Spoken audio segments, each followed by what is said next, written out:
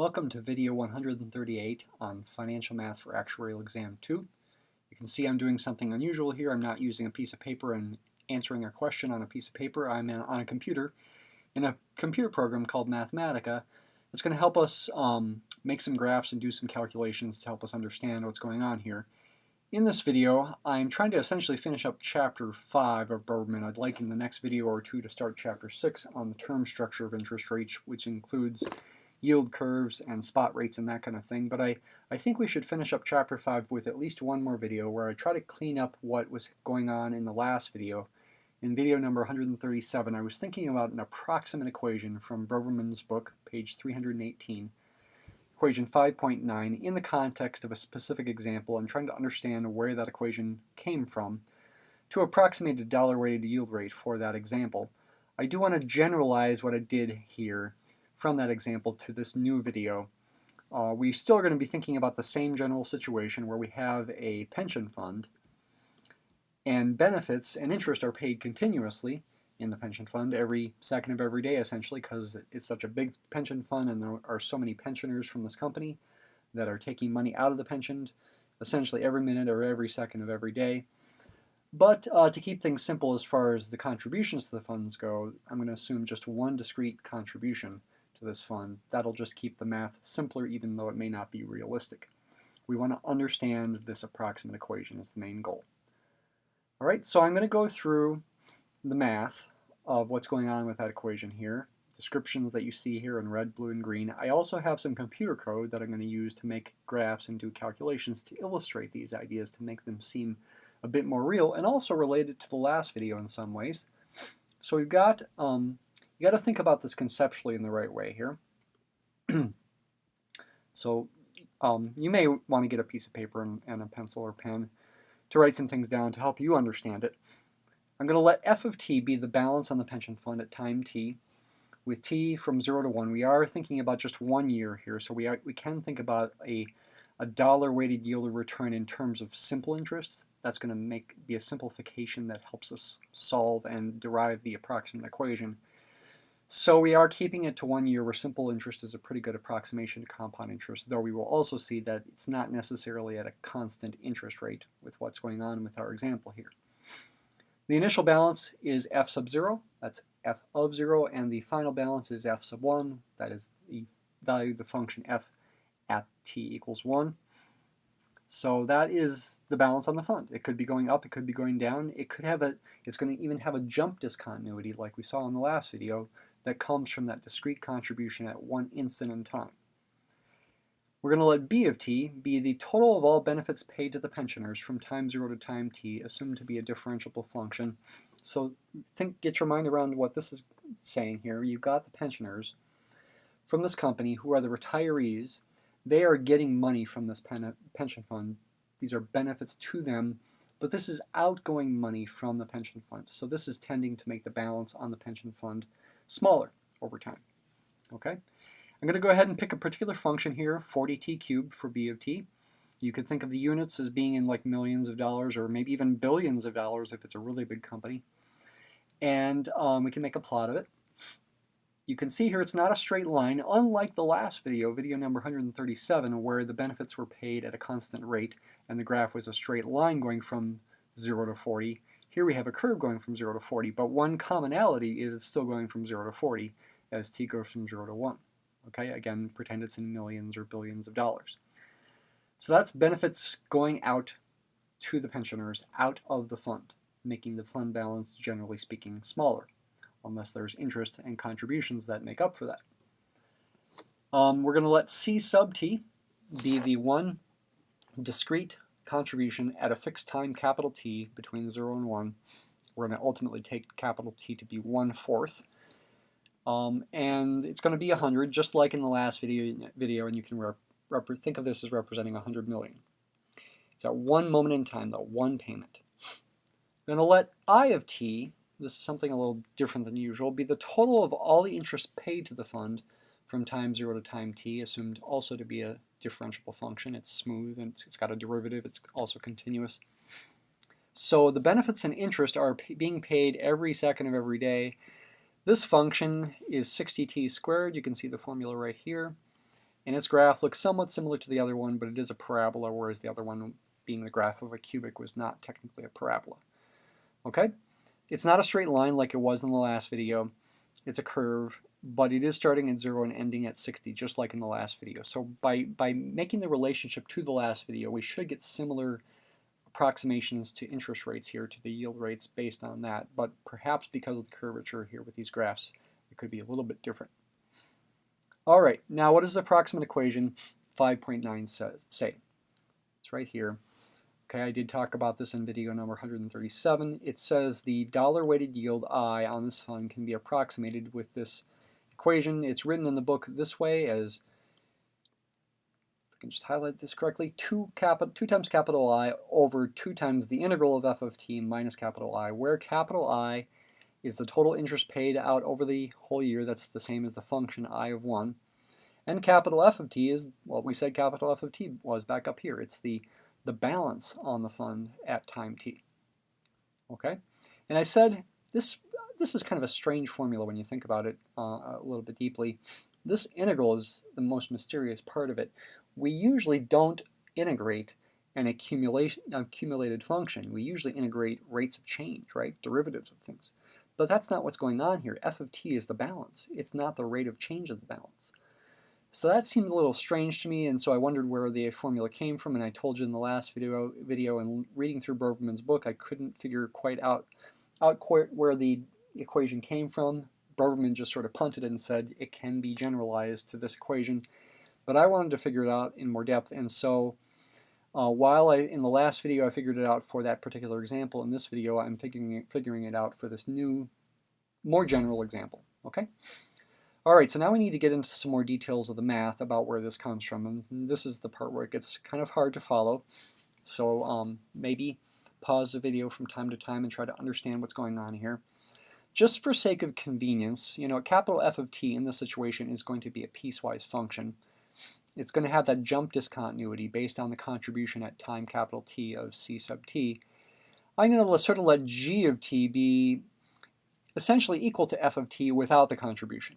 I'm going to let it be the initial balance plus the accumulated interest minus the benefits that have been paid to time t.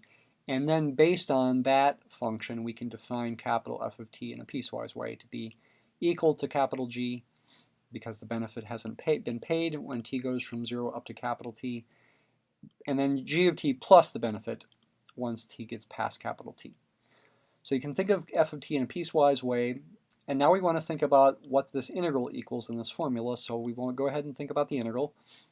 I can break up the integral like this, because you've got capital F of t being equal to g of t from 0 to capital T, and g of t plus the constant c of t from capital T to 1, you can break up the integral like this. You can integrate just g itself from 0 to 1, but then add the integral of the constant function c sub t from capital T to 1. But that is a constant function. This integral can be evaluated easily to equal this, the constant times the length of the interval. Since g has in its formula a constant as well, that constant can be integrated from 0 to 1 because it comes from this integral and will then equal f0. And then g also has I of t minus b of t in the formula. Those can be integrated separately. And then finally, you can get an approximation here. What did I do to get from here to here? I'm approximating these integrals essentially with the trapezoid rule. Yeah, that's what I said here, the trapezoid rule, and the fact that you're starting out with I of 0 and b of 0 to be 0. It's the trapezoid rule with one trapezoid. Imagine the graphs of I of t and b of t as I showed you, and imagine approximating the area under those graphs with trapezoids. That would be the trapezoid rule. Now with these examples, the trapezoid that you would get would really be a triangle, and its area would be too big. You know, the area of a triangle going from this point to this point and then down here definitely is too big, there and here. So you might expect with this example that our approximations are not as good, but it's something we can imagine thinking about in general anyway. So this integral is approximately equal to this, which is really, again, in this example, the area of a triangle, and this integral is equal to this one as well, which again is the area of a triangle. All right, now let's get these things into the computer here, into Mathematica, so I can program these functions, capital T based taking that to be 1/4. Program G of t and program capital F of t in this way. By the way, I'm using int for I here in Mathematica because the letter capital I is reserved for the imaginary unit. So I'm avoiding using just a plain capital I here. That's why there's an int. But here you see f of t here, and I've entered that, and we can see its graph. Nothing too exciting, but that's what it is, and you can see it's starting out at 500 million, growing, because interest is growing faster than the benefits are being paid here, so it is growing. But then at time 0.25, we got a jump discontinuity of 100 units here, 100 million that is paid there, and then it grows up to 620 million by the end. We can graph int and b of t together to see that, yes, we are going to get positive growth all the time because the red graph is higher than the blue graph. I guess I didn't have to make it that way. I could have made these vary in height in such a way that they crossed each other. Sometimes maybe benefits are being paid out faster than interest is being paid into the fund, but we're keeping things simple here. Now this is going to calculate the approximation right here to the yield rate. So this code is essentially doing this calculation right here, and we get an approximation to the yield rate of 0.108108. I say therefore we get this approximation. Where does that come from? It comes from plugging this right here in for the integral right here, or right here if you prefer. Okay? If you plug this expression in for the integral, it simplifies to this. That's what I've got here. Now that hasn't verified that this is definitely approximately equal to the yield rate. Okay, that's just verifying what this expression simplifies to in this example. It simplifies to this. So if I can ultimately show that the yield rate in terms of the equation of value can be simplified to this, approximately at least, that would be a reasonable justification for that approximation. And by the way, if I enter this code in terms of, so this code right here was essentially approximating this thing involving the integral. You see the integral sign there. The code that you see down here is going to approximate this, and this should be the same thing. Yep, 0.108108. Okay? But now why does that equal approximately the yield rate? Okay, now we approximate I based on the equation of value and see if we can derive an approximation equal to this last expression that you see here. Okay?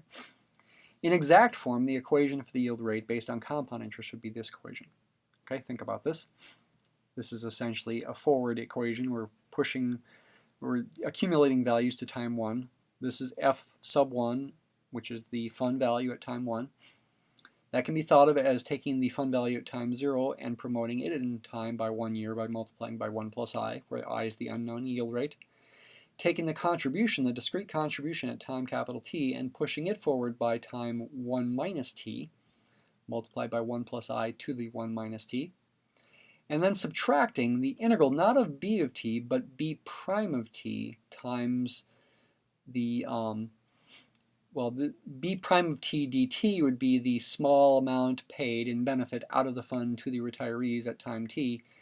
By multiplying that by 1 plus I to the 1 minus t, you are finding its future value, its accumulated value at time 1, because from time little t to time 1 is an amount of time 1 minus t. And by integrating, you're essentially adding those up. They are benefits paid to the retirees out of the fund. That's why I'm subtracting it. And so this equation, if we could solve it for I, would give us our best approximation to the yield rate here. And that's what find root does here. I'm taking this equation, plugged into Mathematica, and giving find root an initial guess of 0.11 to guess what the yield rate might be. And find root will approximate it with some numerical methods to be approximately 0.106318. Okay, so this approximation is not too far off. That's good. I haven't fully justified it yet, where this comes from, but we are at least seeing that the answer that find root gives us from the equation of value is pretty close. What do I have here? We can think about this, what find root did here graphically. Essentially, I'm going to graph the horizontal line equal to f of 1, and I'm going to graph this thing as a function of I. This takes a few seconds to plot because it has to do a lot of calculations for different values of I. So f of 1 is 620, like I said a few minutes ago. That's the ending balance. And this goldish line that you see here, which is probably not exactly a line, it just looks like a line, is the graph of this as a function of I. Yeah, it should not be a linear function of I. And it's crossing at 0.106 for I, there, the yield rate. That's the most exact approximation to the true yield rate. By the way, yeah, if I did plot this over a bigger interval, probably we would see it's not a straight line. Okay, yeah, you can see a little bit of curvature to that there. Let's go further, just for extra emphasis. Okay, it's not real pronounced, but there's a little bit of curvature to this. It looks to me like it's a little bit concave down. Okay, it's not straight, though it's close to straight. Anyway, that's a graphical way to understand that. But now, again, where does the approximation come from? So we have to do some approximations here. Okay, make this simpler, use simple interest instead of compound interest. So replace 1 plus I to the 1 minus t with 1 plus I times, 1 plus I times 1 minus t. So instead of raising to the 1 minus t power, I multiply I times 1 minus t. That's simple interest. I do that both here and in here for the integral. So you see it down here, and you also see it in here for the integral. And that's going to make the integral easier to do, so to speak, even though we don't know what b prime of t is. In this general abstract setting, we can rearrange the integral in nicer ways. And we can also see what find root does when I do that. So in this find root that you see down here, I've done that. I've replaced the 1 plus I to the 1 minus t with 1 plus I times 1 minus t, both here and here. This will not give us as good of an answer, 0.11 approximately, to this, but it's still not super far away. But you can see it's also not as good as what this gave us, actually. This was closer to the true answer here than this was. That might seem kind of mysterious. You might wonder then, how are we going to get back to that better answer? And the answer is, in part at least, we're not done approximating. Okay, and evidently the two approximations together give us a better answer. We're not quite done approximating. I can still think of this graphically. What this is going to plot here is, first of all, the black line at 620. The red graph is the graph of the graph I showed you a minute ago. The graph of this thing is a function of I, where we were using compound interest. And the blue graph is the graph of this thing as a function of I, where we're using simple interest. But we still do have the complication of having the integral in there. And you can see the blue graph intersects the black graph at a slightly bigger value, 0.11 instead of 0.106. But the red graph intersection is the closest value. All right, we're going to continue thinking about this derivation. I'd like to simplify these integrals here. This first integral, if you think about it, should be pretty easy to simplify. You want to use the fundamental theorem of calculus. The integral from 0 to 1 of b prime of t, the derivative of b, the rate of change, is going to be, by the fundamental theorem of calculus, the change in b of 1 minus b of 0. But b of 0, the benefits paid out total over the year, is 0 because no benefits had been paid out at time 0. So this simplifies to b of 1, which is equal to b by my definition of b earlier back up here. Let's see if I can find it. Where is b? Yeah, right here where I said b equals b of 1 in this, when I use the trapezoid rule approximation here for that integral. So that simplifies pretty nicely, that integral. This integral right here simplifies to just b. Moreover, this other integral looks more complicated, but it can be simplified, and I hope you might guess that integration by parts is what you could use to simplify it. And that's what I do here. I let u equal t, du then is dt, dv is b prime of t dt, and so therefore v is b of t. To rewrite this integral as u times v evaluated from 0 to 1 minus the integral of v times u prime, which is, well, or du, which is what I've done here. This can be simplified some more. I can plug in t equals 1 here and here and subtract what I get when I plug in t equals 0, and I'm going to get b of 1, which is b. And then this integral is, can be approximated with the trapezoid rule, just like before, to be b over 2, where b is b of 1, really. Okay, the value of b at 0 is 0 still. And this simplifies to b over 2. So this integral right here ultimately can be approximated. And this is the double approximation going on that ultimately gives us a better answer, to b over 2. So now we can take this equation that you see right here, and we can replace those integrals with these approximations. This is a b, and this is a b over 2.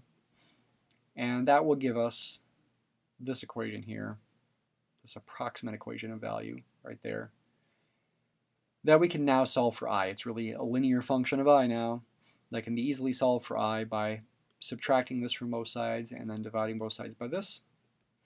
I can even have Mathematica do it, and you get the 0.108108 just like before.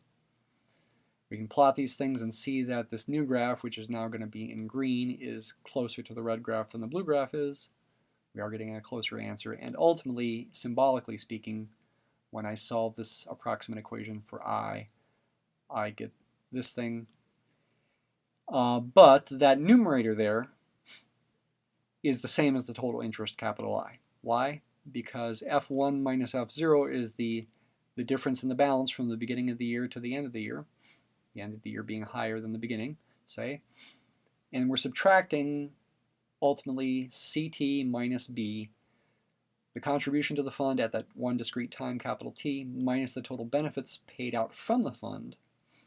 Balance difference minus that thing, which is going to be a positive quantity here, yeah, because that contribution is 100 million, is the total interest that's earned. That was the total 60 million here. This is essentially 100 minus 40 here, to give us 60 for the total interest.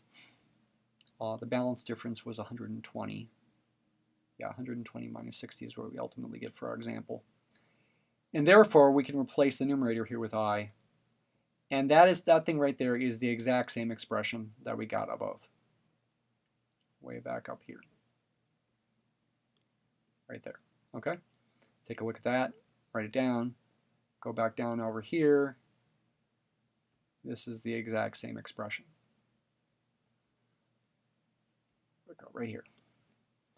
So while this is not a full proof of that, it is an intuitive justification and helps you believe that it's going to give you a good approximation in this more general setting. We can even generalize further to a finite number of discrete payments.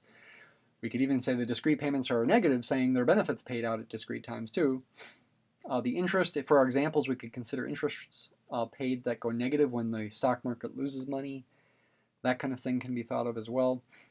Here's another question. Does this equation give a better approximation than from approximate equation 5.8, which looks like this? It actually does. Okay, so this sort of justifies why we might want to generalize equation 5.8. This was something that made more sense if you watched the last video in Broverman's book, and I was wondering why the new equation with the integral sign is better and in a more general setting. And you can see that for our example, this is a worse approximation than this was for the true, than the other one was for the true interest rate. So here is the best approximation to the yield rate based on the exact equation of value. Here is our approximation involving the integral, and here is the less good approximation from equation 5.8 right there. So yes, it does. Our new equation does better for this example at least. To finish this video off, I'm going to just quickly go through the same suite of calculations and graphs for another example. I made kind of an oddball example here. Notice b of t involves a sine function here, so here's the graph of b of t, and I even made it go negative for a short time. I guess that would imply continuous payments going into the account in addition to the one discrete payment. C of t I took to be still 100. I still took b to go from 0 to 40 as t goes from 0 to 1. I made the interest, total interest paid, be oscillating also as big with a sign there, and even be negative at times, so the account is losing value. The stock market is doing badly during that time. But we got some oscillation there as well. We still start at 0 and still end at 60. So ultimately, we actually get the same approximations to the yield rate here because the starting and ending values are the same. But the graphs are more interesting. There's the interest minus the benefits paid. Here's the capital F of t graph, a little bit of oscillation there. The exact equation of value here that looks like this, that involves compound interest, is different slightly than the other one was. This is a different value here, just slightly. It still approximates to about 0.106. But the other approximations give you the same thing as before. And these are still better approximations to the true yield rate in this situation than the simpler approximation here is, just like I showed you a minute or two ago. Okay, so I know that's a lot to take in a short amount of time. And if you didn't watch video 137, I'd suggest going back and watching that one before you maybe come back and watch this one again. Thanks for watching.